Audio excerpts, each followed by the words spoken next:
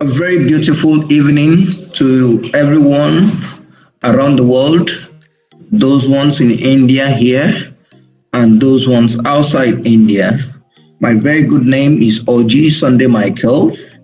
I am the International Relation Officer for WOP No Talks.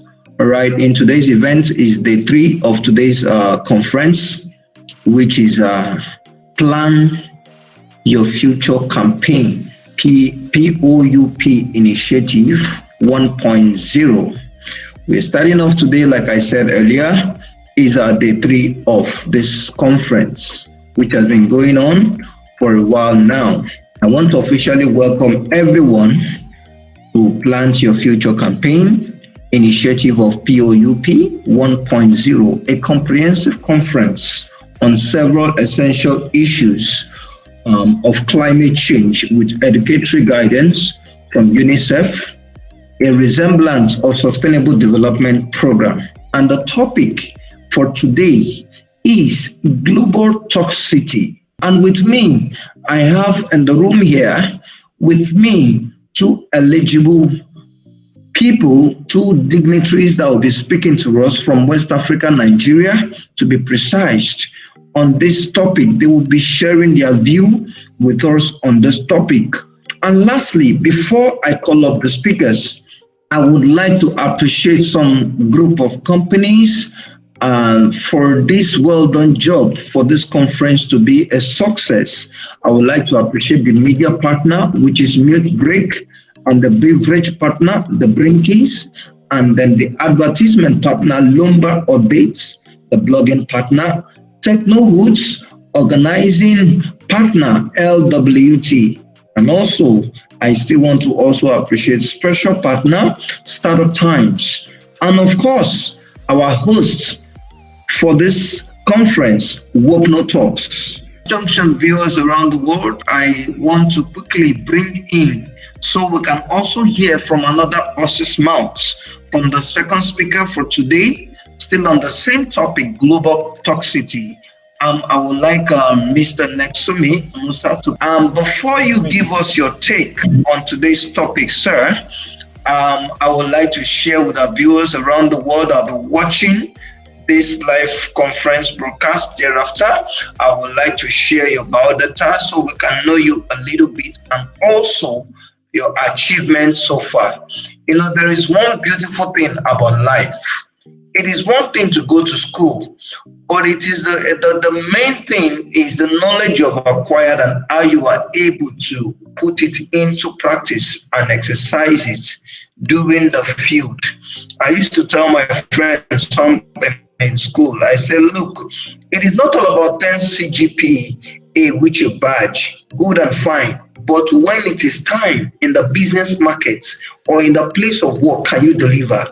That is the question I also ask the people around me. Now, to this very beautiful time, before we bring you in, sir, I would like to bring to the notice of our viewers around the world that will be watching thereafter are watching right now. Okay, Mr. Neksumi Musa is a faculty as a chemistry lecturer at the Adamawa State Polytechnic, which happened to be his hometown, where he comes from in Africa, Nigeria to be precise, and a PhD scholar, of course, in Shada University. The world is in Shada University, if you ask me. Now, let's quickly go down to the achievements of Mr. Neksumi Musa.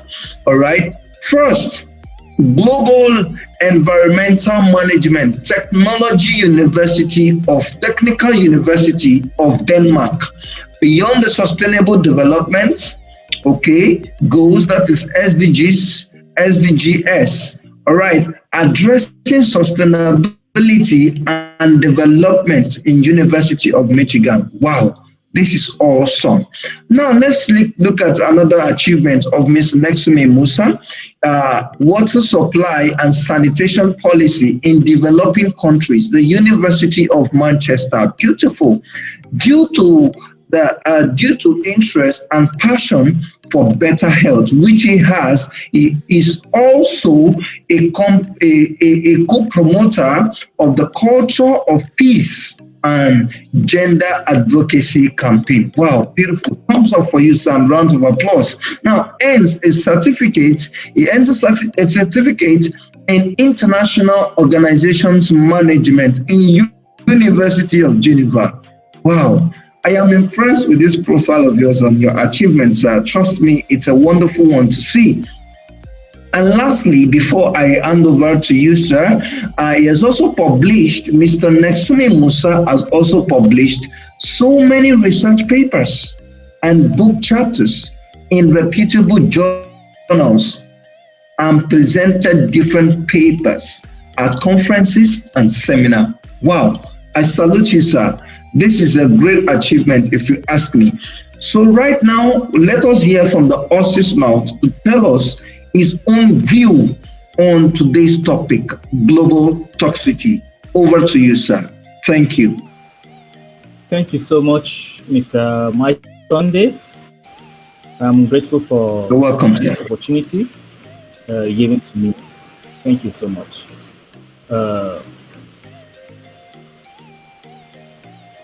Just a minute, let me share my screen. Okay, I'll be talking on global toxicity with a topic on the global menace of hazardous waste, the challenges and management. Now, when we talk about global toxicity, what comes to your mind first? There are two words. One, global, referring to the whole earth, and toxicity, coined from the word toxic or poisonous.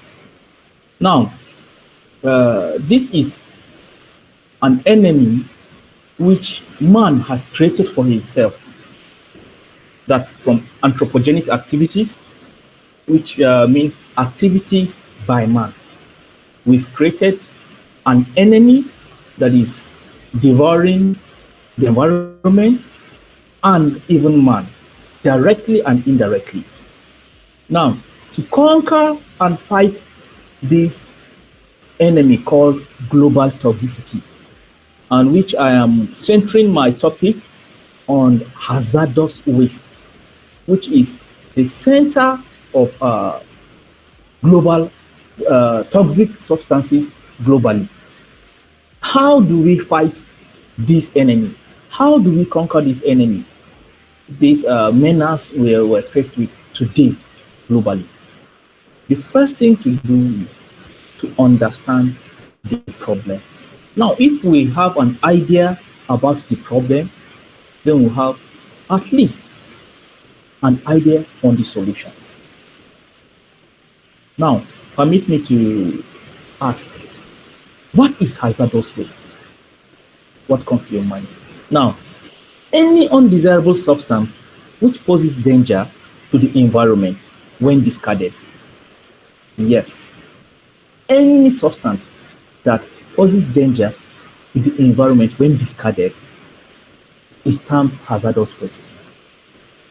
Now, it could also be seen as waste materials containing chemical composition and properties, now which pose potential threats through causing sickness or even death when emitted into the environment.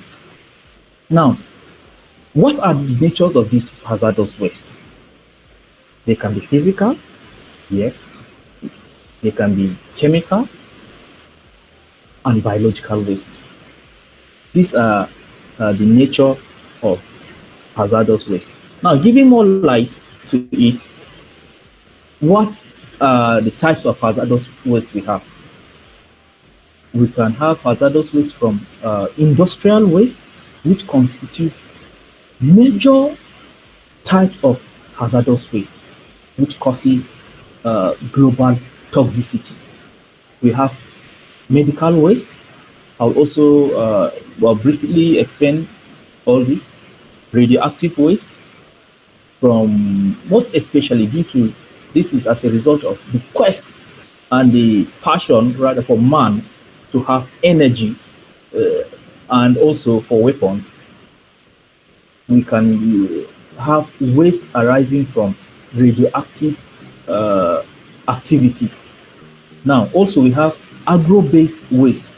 These are waste arising from agricultural activities. Now, some of us might not know that even from agricultural activities, there are toxic waste or hazardous waste generated from it. And also household wastes, household waste. From your house, from our homes, we intentionally and unintentionally generate hazardous waste. Now, shedding more light on it, what are household or domestic waste? Now, multiple of hazards are often associated with utilization, that use, storage, and dumping of several dangerous materials that we keep in houses. Now, they could be insecticide. You use your insecticide and you dump it carelessly. It could be disinfectant you use at home. Even PMS, premium motor spirit, you use in your generators, power the house, and other appliances, and other fuels also.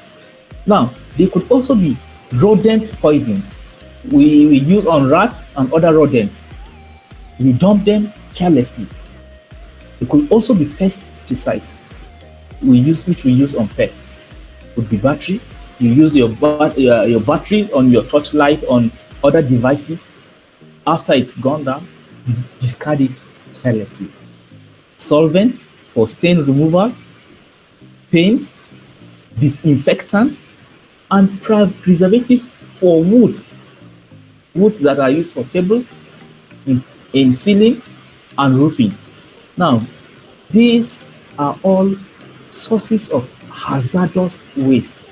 You will be so shocked to know that it creates a great amount of hazardous waste to the environment, which affects our environment and also affects us directly and indirectly. Now, the second part is waste from health protection and management. That's healthcare. It's an irony that where we're supposed to get good health, also it is a source of hazardous waste, which will increase toxicity globally. Here, sometimes in blood banks, medical laboratories, yes, clinics and hospitals, veterinary hospitals, even mortuary and dental clinics are precise sources of contaminated syringes. Remember, we talked about being physical, chemical, or biological, the types of waste, and also pathological waste and human blood. These are all hazardous waste that are being generated in the medical sector, which affect the environment in general and man. Now, looking at waste from agricultural activities, the main source of dangerous agricultural waste, such as persistent organic pollutants, uh, popularly called POP, are found in herbicides and pesticides and other wastes from veterinary produce. Now, these persistent organic pollutants, they are not biodegradable. They can't be acted upon by microorganisms. You can be so shocked that a farmer here in India will use agricultural fertilizers or herbicides or pesticides here in India.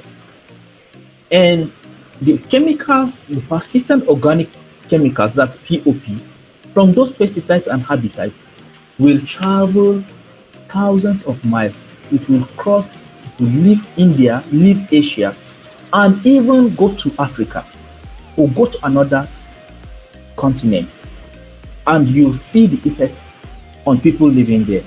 Now, this is a very major source of toxicity globally also, where it doesn't just affect where it is being generated from. It travels long distances. Also, these harmful substances usually find their way into the environment through leaching after application in farmlands or even during storage. Now, also another type or source of hazardous waste is the institutions, our institutions of learning and research. In this category, institutions such as educational research lab, military installations, which is also seen as an institution for the production, testing, and storage of military ammunition and other hardwares, and also research centers are the main sources of institutional hazardous waste. Now, looking at industry as a source of hazardous waste, industries such as mining, this is a very big challenge also, which generates a lot of environmental pollution. Mining, mineral processing, petroleum refining industries usually emit dangerous pollutants from their products, such as chemical additives which are used, cyanides, tars, enols, oils. These are all chemicals which are used in industries, and these are very dangerous chemicals being emitted into the air, land, and even the water. Now, these fuels and other waste, when flushed from sludge tanks used for storage and waste streams, usually cause a lot of harm to the ecosystem in general. Now, looking at the commercial sector, you may be wondering how can we have hazardous waste in the commercial sector? Yes, from automobile gasoline stations, mechanic workshops for servicing and repair of automobiles, and other commercial service-based businesses are sources of different hazardous waste. Basically, the nature of the waste produced hinges on the type of commercial service offered. Now, don't forget that we're trying to understand our enemy here, a global problem. We're trying to understand it. Also, building materials. Materials used for building, such as pipes, roofing materials, substances integrated in asbestos, that's for roofing, and other materials could also serve as hazardous waste sources, and also contaminated sites.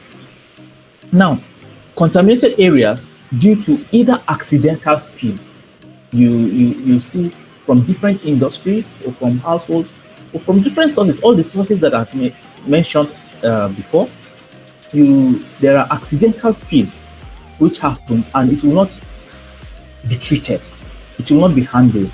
Now, such sites are sources of hazardous waste. Now, previously used industry, sites for industry, for production of hazardous substances also are sources of hazardous waste in this category. And the final one, disposal sites for solid waste. Most especially in developed countries, you usually have sites for disposal of solid waste. Now, this is how do we get hazardous waste in such an area.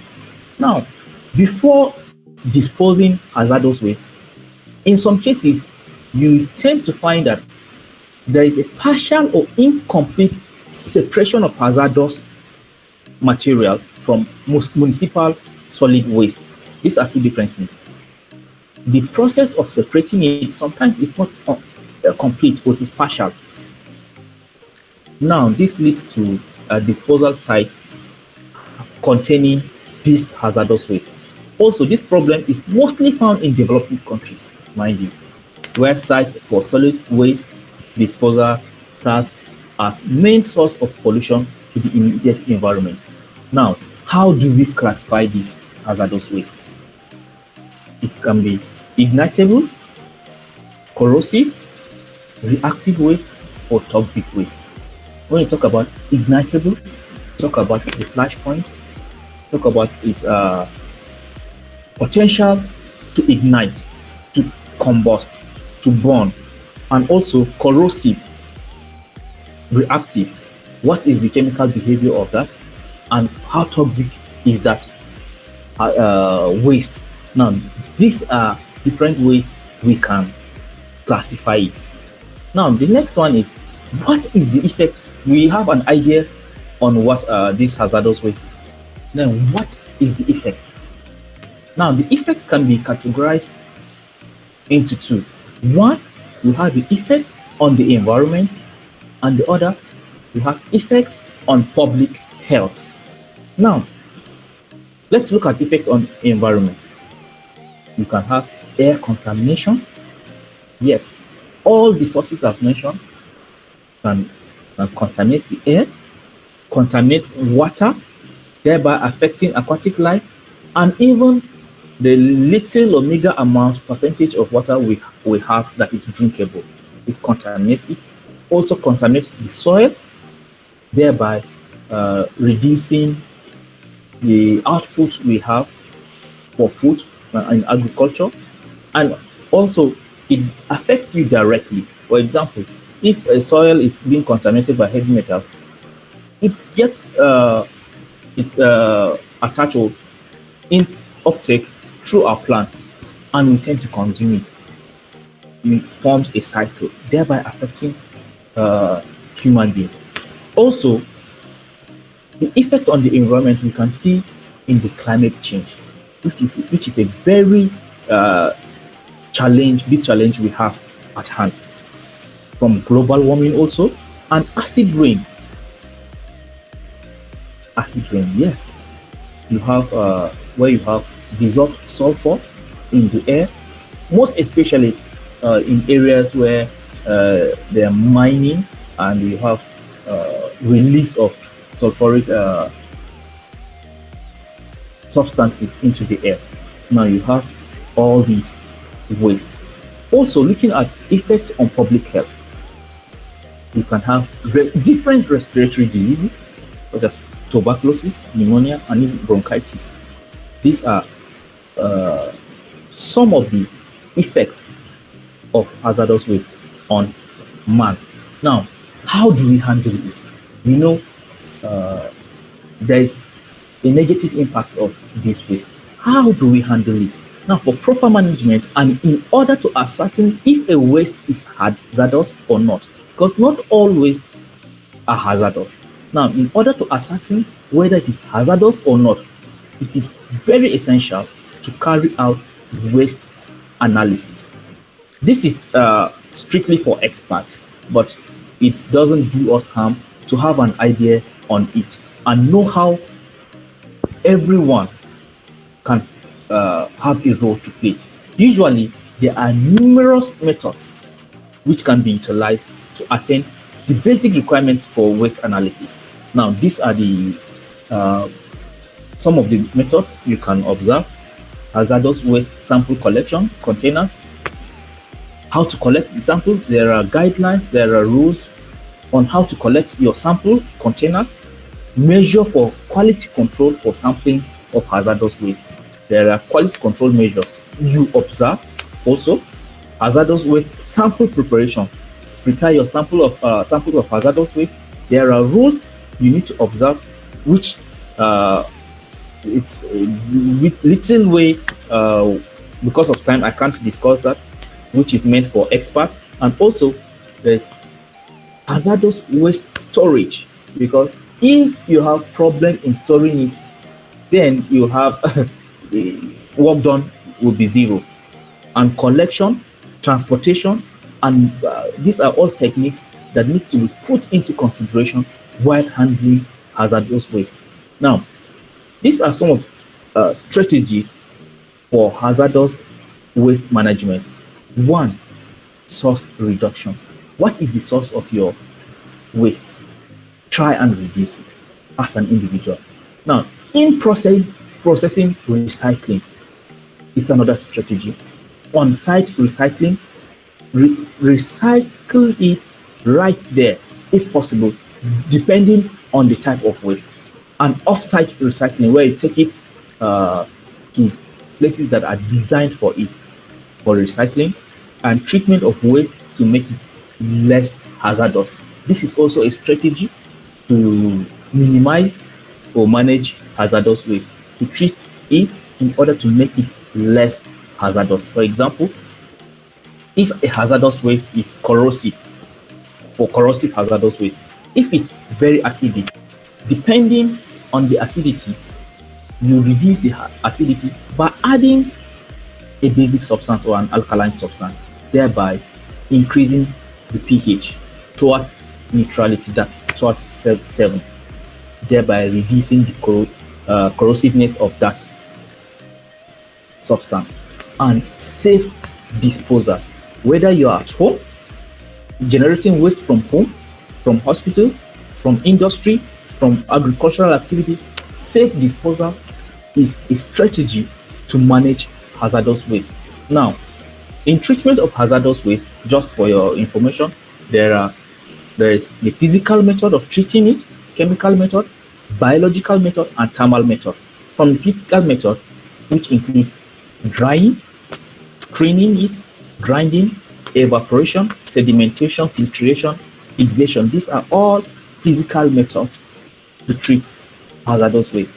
Next, the chemical method. Under it, you can have oxidation and reduction. That's redox. Neutralization, which I mentioned earlier. You have an acidic waste. You neutralize it using any basic substance, depending on the type. And also hydrolysis. That's all for chemical. Now, for biological methods, you have composting, decomposition, activated sludge, and treatment using enzymes. These are all biological methods of treating hazardous waste. And also the last one, the thermal method. Thermal means heat, where you use heat to treat it. You have incineration, boiling, the use of autoclave, and your use of UV, that's ultraviolet treatment, and also the microwave. These are all thermal treatments of hazardous waste. Now, being said and done, what is the way forward? We have an idea on what is hazardous waste. We have an idea on how to handle and manage it. But as a layman, you may say, how can we promote sustainability? How can we act, we not being experts in handling hazardous waste? How can we act with sustainability in our minds? Let's not forget that when you talk about sustainability, you talk about getting your needs today such that you don't infringe or at the detriment of the needs of the future generation, of our children, of our great-grandchildren. That is what you should have in mind. Now, despite the fact that there is great feat attained so far with respect to the handling and management of hazardous waste, it is immensely important to consider diminishing the future generation burdens. That's sustainability. Thinking sustainability through the utilization of resource and recycle options. Now, this can be achieved through improved sustainable options. Now, the SDG, Sustainable Development Goals, all of the goals, they are in one way or the other connected to each other. In order to achieve one, you need to work on also the other. But in this context, we can do our own part. Now, looking at it, one example is recycling and an enhanced recovery of feedstock used for power generation. Man has an insatiable hunger for energy. He goes to any length to have energy. Now, it is advised that we use recyclable options for recovery of feedstock. And also, we should use renewable energy sources such as solar. Yes, we encourage the use of solar, wind, and hydroelectric energy.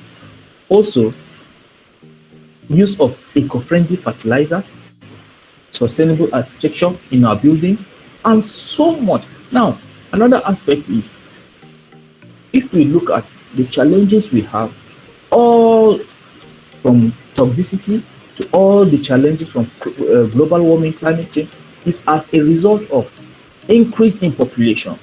Most of it. Now, we promote population control, birth control, we promote good hygiene, and living a sustainable life. That is my take. Thank you so much. Thank you very much, Mr. Neksumi Musa. Seriously, I must say today's conference, the three, is very interesting. It is an eye-opening or an eye-opener for me and the viewers around the world that will be watching this conference thereafter. Please, Mr. Usman Lawal Usman, can you please turn on your video as well? Because we have come to the roundup level of today's conference, and please turn on your mics. Yeah, yeah. I'm really pleased to have us on our platform today.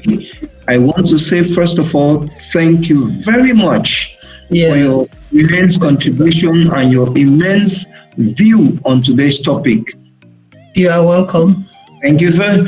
When Mr. Neksumi Musa was making his presentation, you make me remember when I'm doing my bachelor's degree.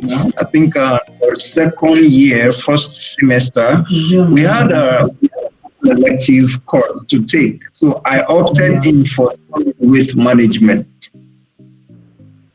Waste management. So when you were giving your points from your slide, I mean, you just flashed my memory back to that day, but it's quite interesting. Once again, I want to say thank you to all of you for coming on live to share your view on today's topic about toxicity. I'm really, really happy to have you be our guests today, and also Work No Talk is also happy, and every other companies have also appreciated earlier before we start. They are also grateful and happy for this time out.